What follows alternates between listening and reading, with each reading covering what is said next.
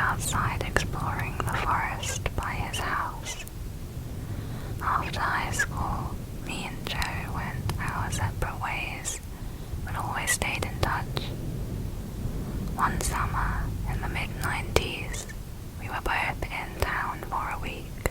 One night, we were talking about our exploration trips in those woods back in the day. Nostalgia hit us, and we decided to take a day, walk the rails, camp one night, then walk home. The day came and we left early in the morning. My wife dropped us off in our old spot where we used to start. Joe suggested that instead of walking the usual route, we take the opposite direction, just to be adventurous. We knew the land well and had a map, so I said okay, and off we went. The day went fine. We found a bridge and sat on the edge, smoked and moved on. Before night started to set in, we picked a spot to camp. It was a thick forested area, trees on every side of the train tracks, so we felt as if we were in a tunnel. We had brought small hammocks to sleep on, but before we set them up, we decided to do a little scouting of the perimeter, just to check we weren't in someone's backyard. We walked maybe 100 or so feet into the woods and up a small incline.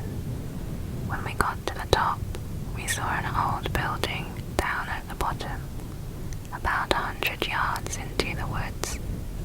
It was barely visible.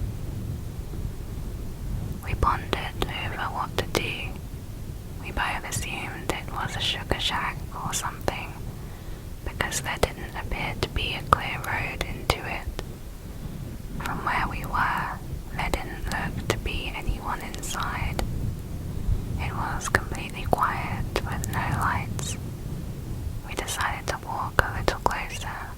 We came down the hill very slowly, and as we neared the building, we saw it was actually an old church. It looked like it had been abandoned for years.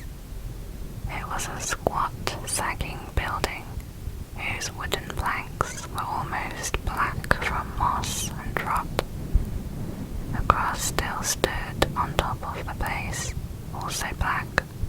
None of the windows had glass, and there were no doors, just open doorways. We got close enough to see inside.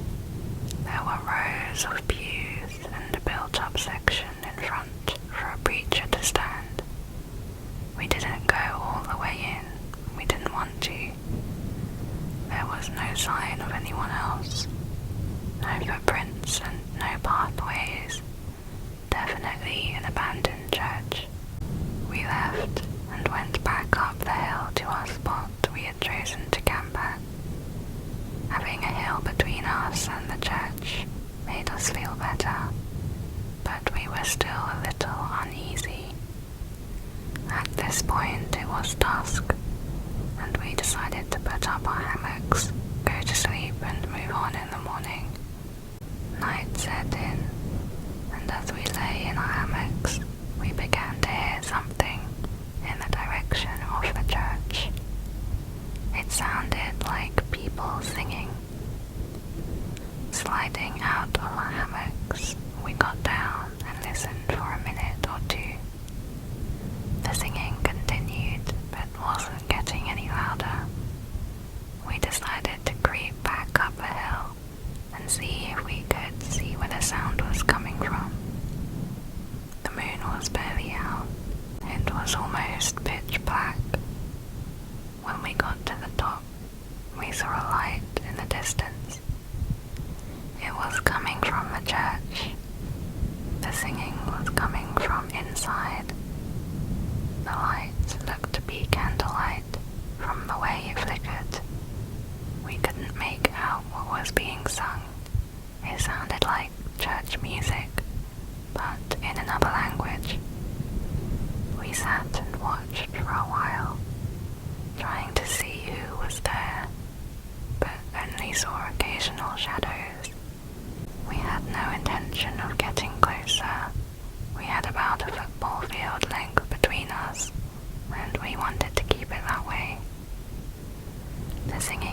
continued for a bit, and then it stopped. After that, a booming male voice began to chant. I was already freaked out, but this voice thoroughly scared me. It sounded like some Old Testament preacher you see in movies. We couldn't understand a single word. Eventually it got to where the male voice would say something, and then a bunch of voices would answer in song. This lasted for a while, and then they broke into this long, sustained wail that just kept getting louder. It got so loud and so disturbing that I had to cover my ears. Then it stopped. At this point I was getting ready to go when Joe put a hand on my shoulder and hissed, "They're coming out." We were far enough away that we couldn't make them out very well, but what we could see was a line of figures walking out to the open doorway, all holding hands in single file. We could see some of them had flashlights. They began to sing again, and the light from the flashlights began to move towards us and the hill. We booked it back down to our campsite, grabbed everything and ran to the tracks, back the way we came. After a few minutes, we stopped and looked back. We saw lights coming down the hill. They were moving erratically, like whoever was holding them was shaking them. We continued to run in spurts, then eventually stopped seeing the lights and came to a road. After about 15 minutes, we reached the nearest gas station and called my wife to come get us. My wife and other friends all just thought it was kids messing around. I heard those voices and they sure as hell didn't sound like kids to me. Before we continue to the next story, I'd like to introduce the sponsor of this video, 𝐭𝐤𝐦𝐻𝐬. 𝐭𝐤𝐦𝐻𝐬 is a mobile game set in the 1920s that follows a murder mystery involving 𝐭𝐤𝐦 and a number of other characters. The goal is to find the clues and hidden objects which will advance you to the next scene. Each new chapter draws you further into the story and closer to solving the mystery. I always enjoy a good mystery game where I get to be the detective. I found this game to be great for when I want to unwind and escape at the end of the day, while also being interesting and testing my observation skills. It almost feels like very relaxing brain training. I love how beautiful every scene is.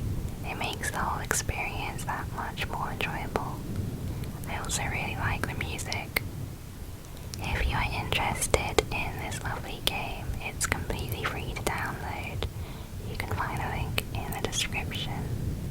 Thank you to 𝐭𝐤𝐦𝐻𝐬 for sponsoring this video. Now on to the next story. The next story, story number 2, is called The Silence. I wanted to spend more time outdoors, so my boyfriend Harry decided to take me on my first backpacking, just the two of us. The Grand Tetons are well known for their wildlife, specifically grizzly bears. I was slightly nervous. The beginning of our 25-mile journey was all uphill. When in bear country, you're supposed to make noise to not startle the wildlife. As you can imagine, going up a steep hill while carrying a 40-pound pack makes it difficult to make conversation. We were an hour in and almost at the top. I noticed that the woods had gone completely silent, which is never a good sign. It usually indicates predators are nearby. I was in front of Harry. For the past 20 minutes, we had not said a word, having been too tired. I came up over the top of the hill and immediately froze. Sitting 10 feet in front of me, in the middle of the trail, was a grizzly bear.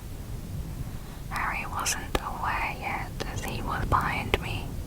While still frozen, I managed to take my arm and started flinging it wildly behind me to get his attention. I was too terrified to speak. The bear went from sitting to standing and staring at us. Harry started yelling, but it wasn't fazed and started to walk slowly towards us. This bear was about 5 feet in front of us when we heard a loud crack coming from the woods to our right. The bear heard it too, and he bolted away. A second crack boomed again, this time much closer than before. Harry said, "It's probably just some falling branches," but we both knew that wasn't the case. At this point, we were walking quickly up the trail, away from the bear and those strange noises. I felt the hairs on the back of my neck stand up. Harry stopped moving in front of me. He turned around to look at me, and I also turned around. To this day, we are not sure what we saw. Behind us was a large, black-brown mass. It looked 3 times bigger than the already large grizzly bear we just saw. It was facing away from us, and then it stood on its back legs. It looked similar to a bear, but something about the shape was just off. We ran. We were aware of heavy footsteps behind us, but neither of us looked back. The footsteps eventually faded. I was a mess. Harry was doing his best to console me, but that wasn't even close to what happened the second night. The next day, we were on our trail and had maybe an hour or 2 of daylight left. I was exhausted. It got dark. My headlamp was broken. We needed to find somewhere to set up camp, as we were hungry. I was freezing, and the wind was blowing, creating a howling sound as it rushed through the trees, which made it difficult to hear Harry or any other sounds coming from the woods. After another hour of hiking through the dark, we found a clearing. Well, it was more like a bowl. It looked about 200 meters in diameter, with a side sloping 10 meters down from the trail to the bottom of this clearing. This place was strange. We both felt it, though he didn't tell me how freaked out he was until after he left. There was no moonlight. All we had was the illumination from his headlamp, our small camp stove, and my flashlight. Half of the trees were dead or fallen down. The vegetation everywhere else was very dense. The silence was back. There hadn't been a single bird chirp since we arrived at the clearing. We decided to head into the tent. As soon as we were in our sleeping bags, we heard loud, echoing cracks and thuds. Thud. We both froze. That sound wasn't an echo. It came from inside the clearing. Definitely not the sound of a falling tree. But it came from right outside our tent. We both stopped breathing. Something was dragging across the outside of our tent, making an indent as it went along. It was thin, almost like a finger. "What is it?" I whispered, shaking. "I don't know. Shouldn't be a person. We're the only ones on this side of the mountain." I was trying my hardest to stifle my sobs, trying to listen to what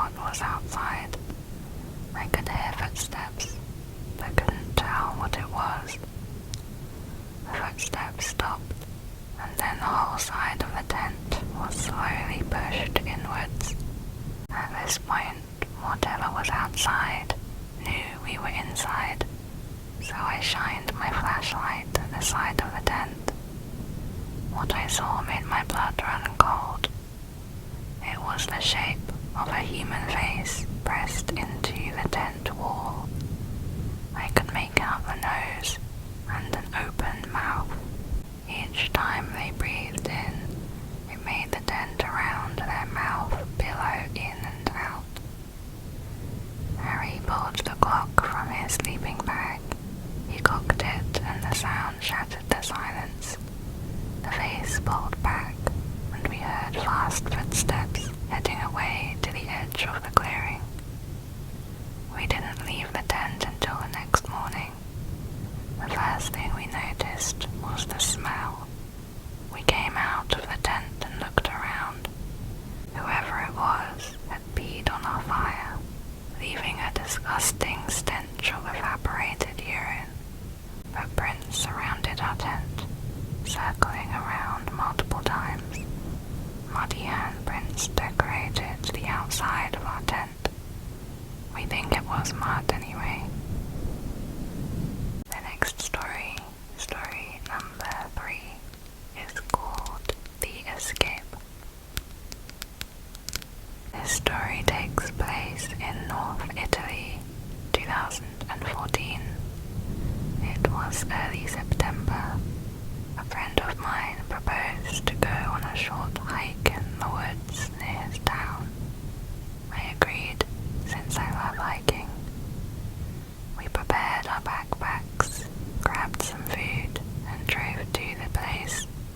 My friend knew the area very well, so we didn't take a map. As we got deeper into the woods, we saw beautiful spots, small rivers, and explored a pair of caves.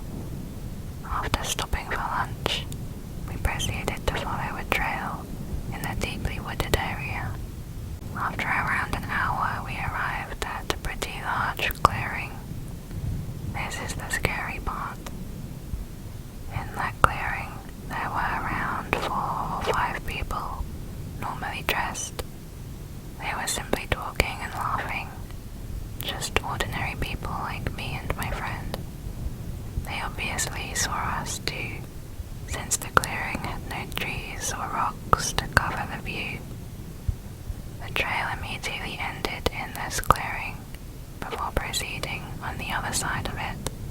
They were in the middle of the track, so we intended to go past them. We said a friendly, "Hey, what's up?" They didn't answer back and just stared at us without saying a single word. We stopped. I looked at my friend nervously. He looked back at me, also concerned. We said again, "Hello." No answer. Feeling very uneasy, we decided to return back to the car. But soon after turning around, we realized that they had started to follow us. We yelled, "Why are you following us?" No answer.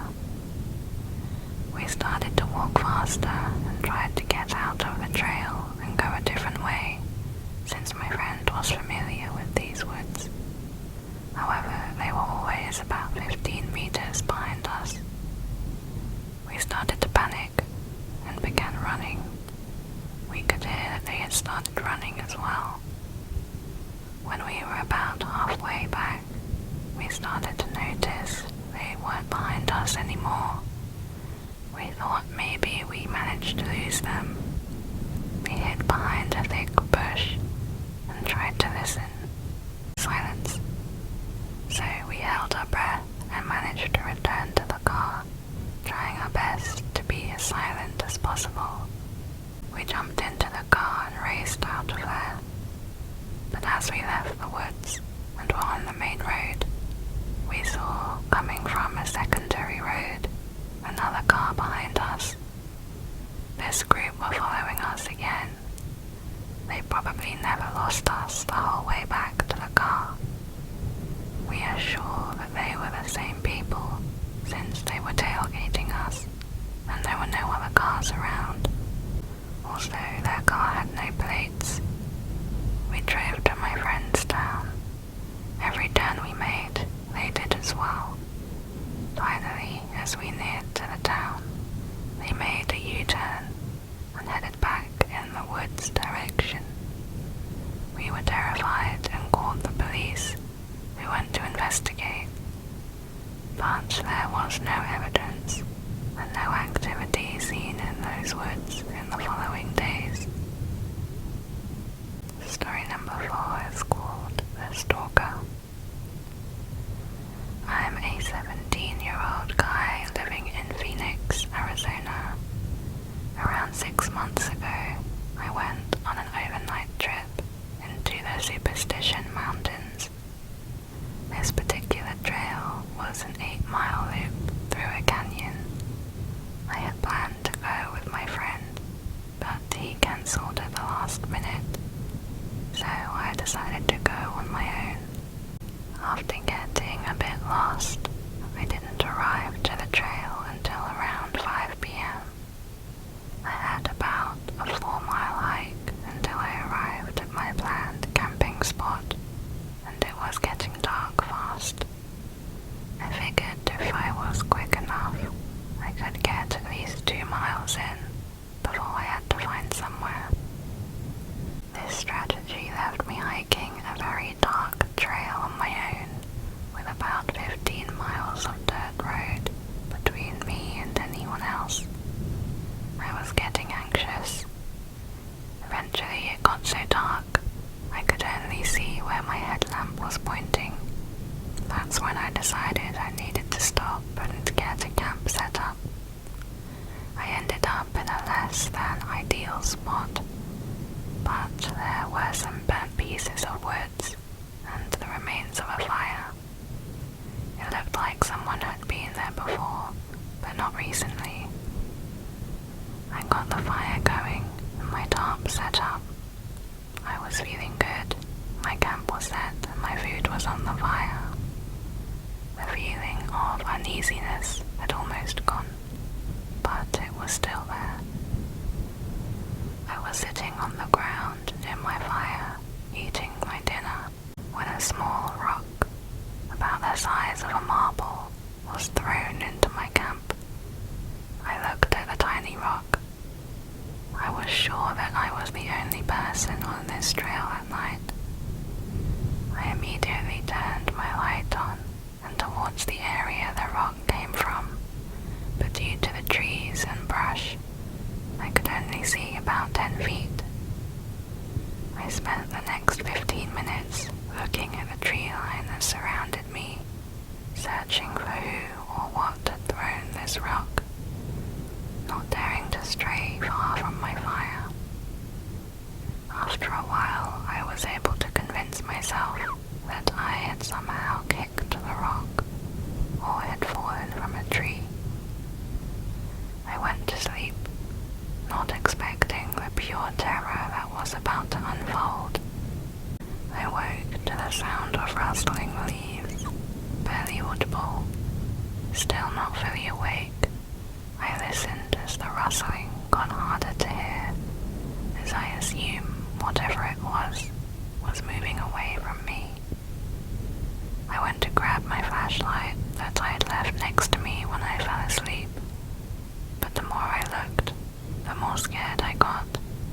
It was no longer there.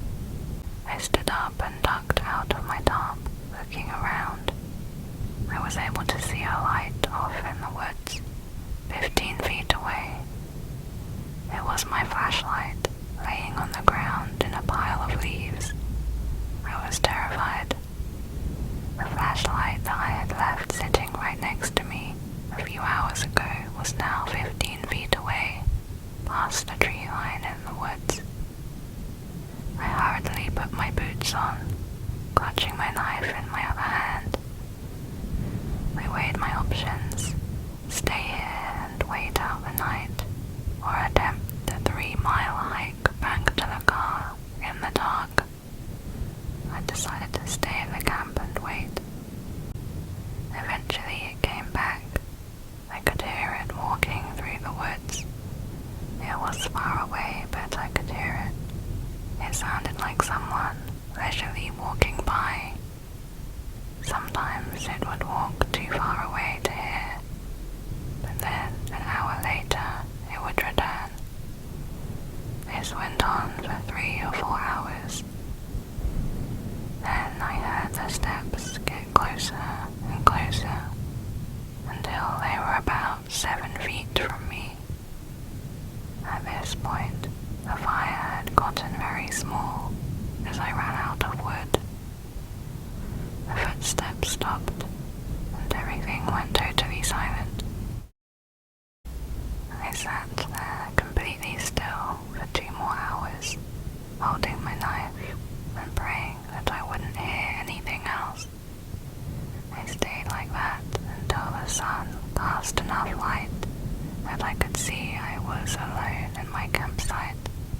I packed my things and speed walked the 3 miles back down the trail. I arrived at the empty dirt road where my car was parked and nearly sprinted to it. I jumped in and drove away. Didn't stop until at least 20 miles later. Finally, I stopped at a gas station. As I exited the store, I saw something written in the dust on the back window of my car. It said, "Sleep well?" Story number 5 is called The Music. This story takes place in the 70s. My mum was born in 1965. She and her sisters remembers this story clearly. One summer day, my granddad, John, decided to take his family out to have a picnic in the woods. My mother, her 3 sisters, and my grandmother were all excited. Going into the woods for a fun family activity was nothing out of the ordinary and seemed to be just another normal day. They made their way down a dirt backwoods road and stopped once they found a big enough clearing. All the kids jumped out of the car and were messing around. My grandmother began unloading their food and picnic supplies. John began surveying the area, deciding where to set up.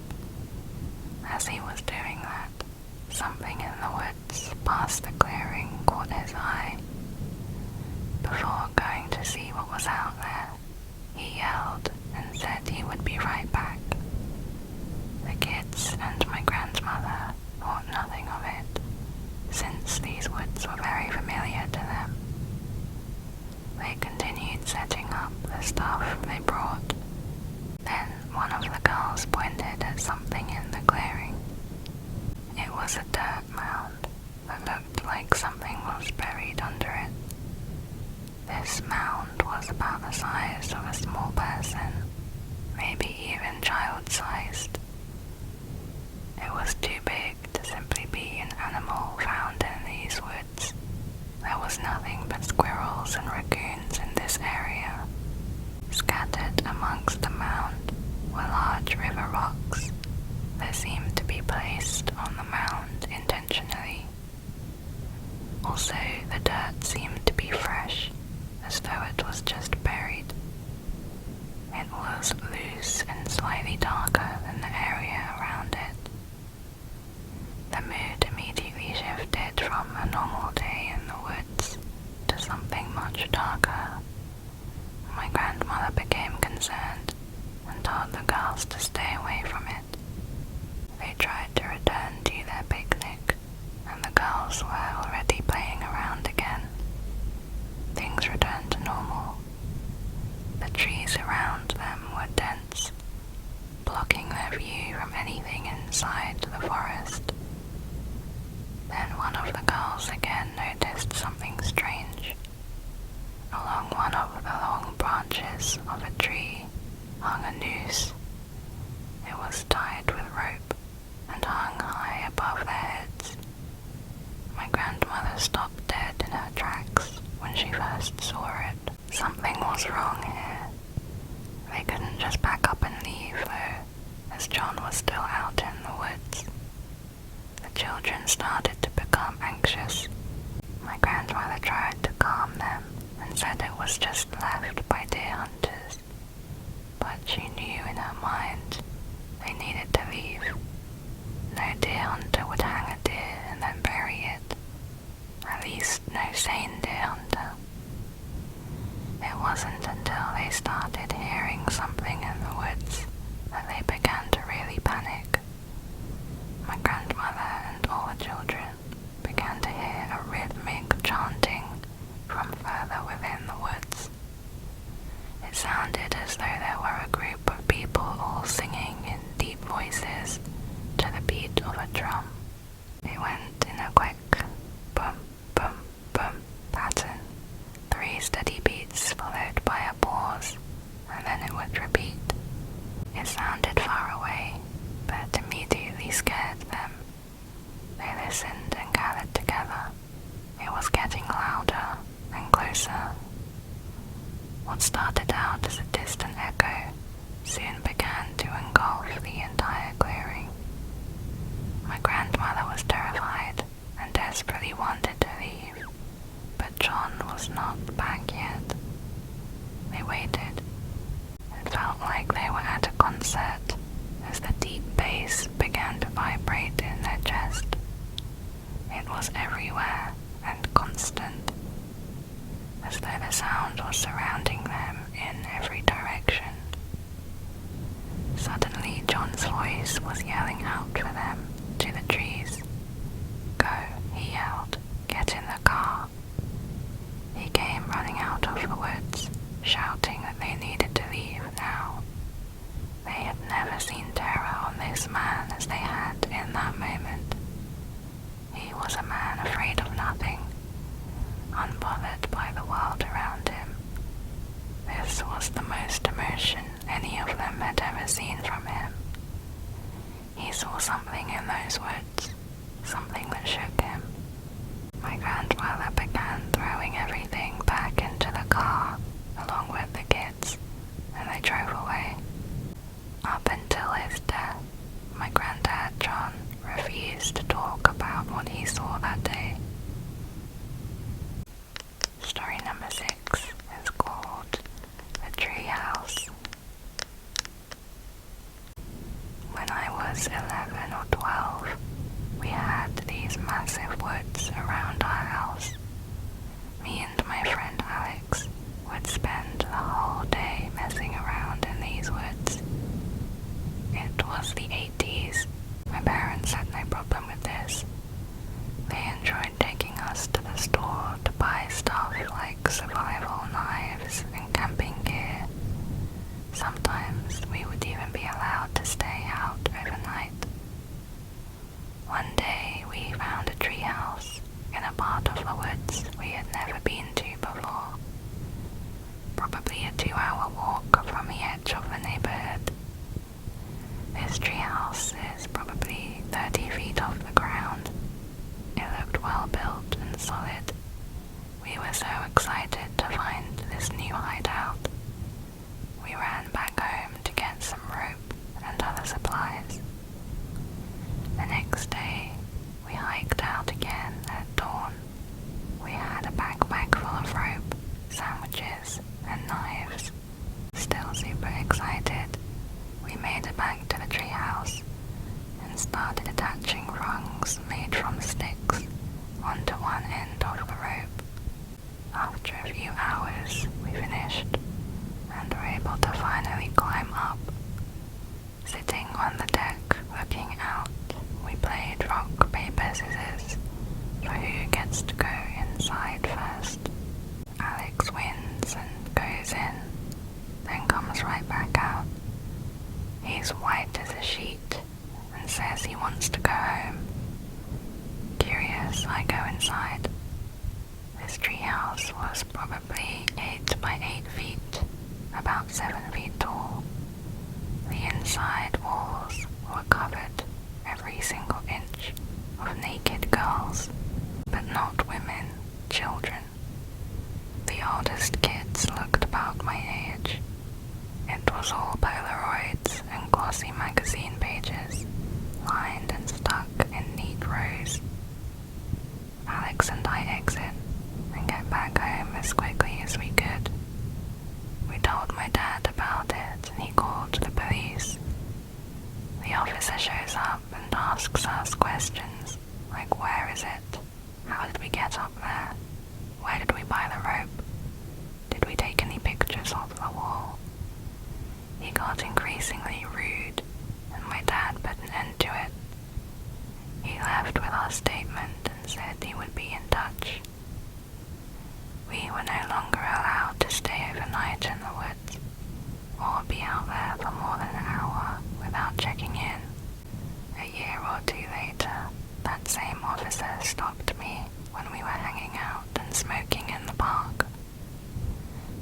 Alex asked him what happened with the treehouse.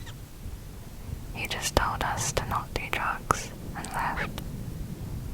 Many years later, Alex sent me an email saying how he read in the papers this same officer had shot himself with his service revolver after his wife found out he was circulating child porn. Although we can't be certain, me and Alex instantly thought all those years ago what we had found in those woods belonged to this officer. The next story is called Walkie-Talkie. My family used to go camping with a few groups of friends when I was a kid. One Christmas, when I was about 5, we were camping out in the backwoods. There were 9 kids in total. We were allowed to wander through the woods. The parents would give us a walkie-talkie to tell us when to come back to the camp. We never wandered too far. While we were exploring, out of nowhere an unfamiliar voice came in on our walkie-talkie. It was a man's voice. He told us he was Santa and that he was trying to find us to give us our presents. So he asked us to go and look for him.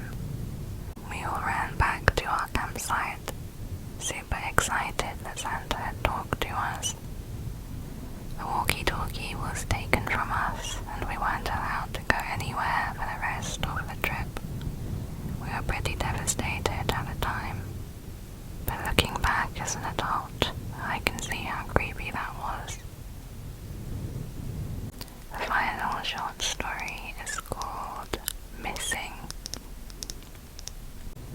My friends and I would go to the desert at night and go four-wheeling on the trails.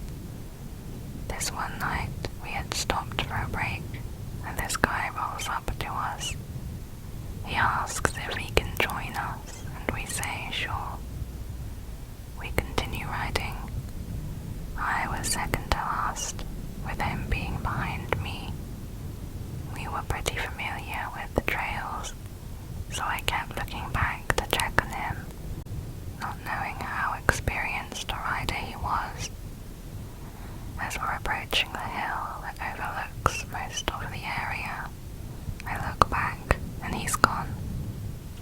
I yell at my friends to stop, and we go back to find him. Nothing. We go up the hill, turn off our engines, and listen for his bike or look for his headlights.